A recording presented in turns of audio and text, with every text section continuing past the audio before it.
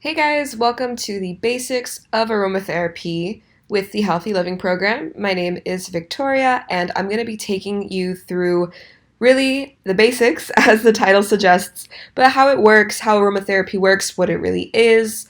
A lot of frequently asked questions, but if you guys have other questions about aromatherapy, please leave it in the comments, and we will definitely get back to you. So this video is all about how aromatherapy is made. This is a very sciencey video, so bear with me. It's only 2 minutes long though. A lot of people usually really enjoy it because it really gets down into the nitty-gritty about how aromatherapy is made.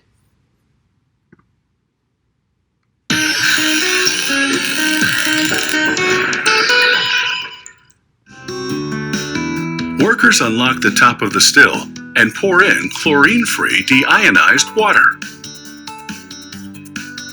Once the still is 1/4 full, they add the lemongrass.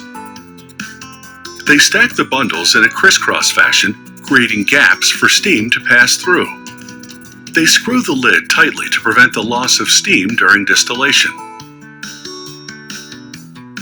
They activate the still and it heats the water to the boiling point. Steam rises through the plants and picks up the oils. It carries the oil vapor up through a pipe and into a condenser, where the vapors cool and return to a liquid form. The liquid oil and water drip out into a flask. Oil and water don't mix, so the oil floats to the top, and the water is drained off and recycled back into the distiller. The technician then collects the lemongrass oil in a bottle, 1 drop at a time. The lemongrass oil undergoes a second distillation in a laboratory. Using a more sensitive piece of equipment known as a rotary vacuum evaporator. The oil flows into a flask that's spinning in a hot bath of vegetable oil. The evaporator pumps out air and creates a vacuum in the flask, which lowers the boiling point. This prevents damage to the delicate molecules responsible for the lemongrass scent. The oil vapors rise to a condenser coil where they reliquefy, leaving any residual water and impurities behind. The pure lemongrass oil drips into a receiver flask. As distilled lemongrass oil is collected, more flows into the evaporator beaker for purification. The distilling process is continuous. The rotary vacuum evaporator processes roughly 2 to 3 quarts of fragrant oil per hour. They store the lemongrass oil in a cold room with other essential oils. Like fine wine, it must be kept cool or it could spoil and ruin its bouquet. Cool. So that is how aromatherapy is made. As you can see, it starts with the herb, the plant, the flower, and the process extracts those fragrances via vapor, the oils that it sort of comes off of their skins, the peels, things like that. So really aromatherapy is a huge, long process. So keep that in mind when you're buying and using essential oils, because they are definitely very potent and pretty expensive as well, which is why we give them away for free in our office to students so you guys can see how you like them and what you like to do with them. So how does aromatherapy work? This is probably one of the questions that I get asked most frequently, and there's this really great chart on the internet that explains the 2 most basic ways that aromatherapy enters our various systems. So the most common way is inhalation. You smell something that smells very pleasant, and you have a bunch of different reactions going on in your nervous system, in your different glands and hormones. So as you can see, it starts with the odor molecules by the nose, right? So you start over here with the odor molecules. You're going to come up into the olfactory bulb, which is in the frontal cortex that's creating those reactions by connecting to our neocortex. So this communication that really happens between your vapor, the odor, and the olfactory bulb is responsible for all of the reactions that we have, including our thyroid glands, our adrenal glands, right? Our cortisol levels. This is where our stress comes from. So if we're talking about de-stress blend, let's say, and we know that orange aromatherapy is really helpful for decreasing the stress reaction in our cortisol levels, this is sort of how it is happening. So this is a great chart I like to really refer to when I'm talking about how it scientifically works and how it physiologically works. We know that aromatherapy is known to increase and decrease your blood pressure. So this is why we say if you have high blood pressure, stay away from rosemary, and if you have low blood pressure, stay away from ylang ylang. Oils like this are really important to keep in mind just because you can have adverse reactions because of all of this going on in your system. So this is the inhalation technique. So if you're talking about applying it topically, people love to apply aromatherapy to their temples, to their wrists, to different pressure points to sort of create, a little bit more of a spa-like ambient, relaxing feeling with aromatherapy. And this is how it works. So you're going to apply aromatherapy topically.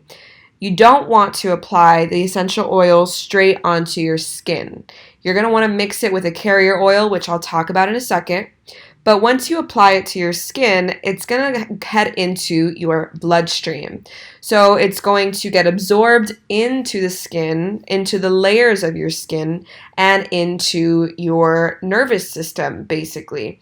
So you have all of these different systems that are connected to your bloodstream. So this is where we get into the ideal of muscle relaxation, of detoxification, of increasing your respiratory capacity, things like this. So this is how aromatherapy can work both internally and externally. Here is a really quick chart, and we have this online for you to refer to as well whenever you want. But this is a really quick chart that shows you how one oil can have a variety of different benefits. As you can see, lavender has a ton, as well as peppermint, rosemary. There are so many different ways that one oil can affect a variety of different systems in your body. But these are some of the basic benefits. You have pain relief, anti-inflammation, you have antiseptic, anything that is calming, a muscle relaxant. You also have things that can help with decongesting if you feel sick. And you also have aphrodisiacs. So these are the things that help us get our libidos up and running and help us sort of just get back into that mood. Those are all different benefits that aromatherapy has for you that you have the ability to access if you are using aromatherapy. How to use aromatherapy? This is another extremely common question that I get. And these are 4 of the many different ways, but these are probably the most common ways that people use aromatherapy. So you have topical. Like I mentioned earlier, you can apply aromatherapy topically, but you do need to mix it with a carrier oil.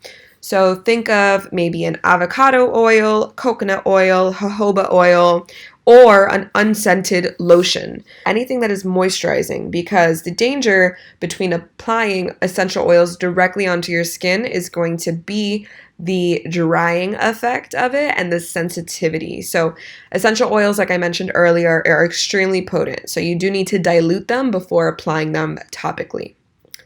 You can also put it in a spray bottle. So just pop some in your spray bottle, and you're going to put the rest with water. Or you can also mix some oil, some carrier oil in there as well, and you can use it as like a spray that you can use topically. So it can be like a perfume oil if you would like. Just make sure that you're mixing it with a carrier oil, and that's still a topical application. Or you can put water in your spray bottle and use it as air freshener, fabric freshener, whatever you would like. One of my favorite ways to use aromatherapy is to put some drops into my bath or on the walls of my shower.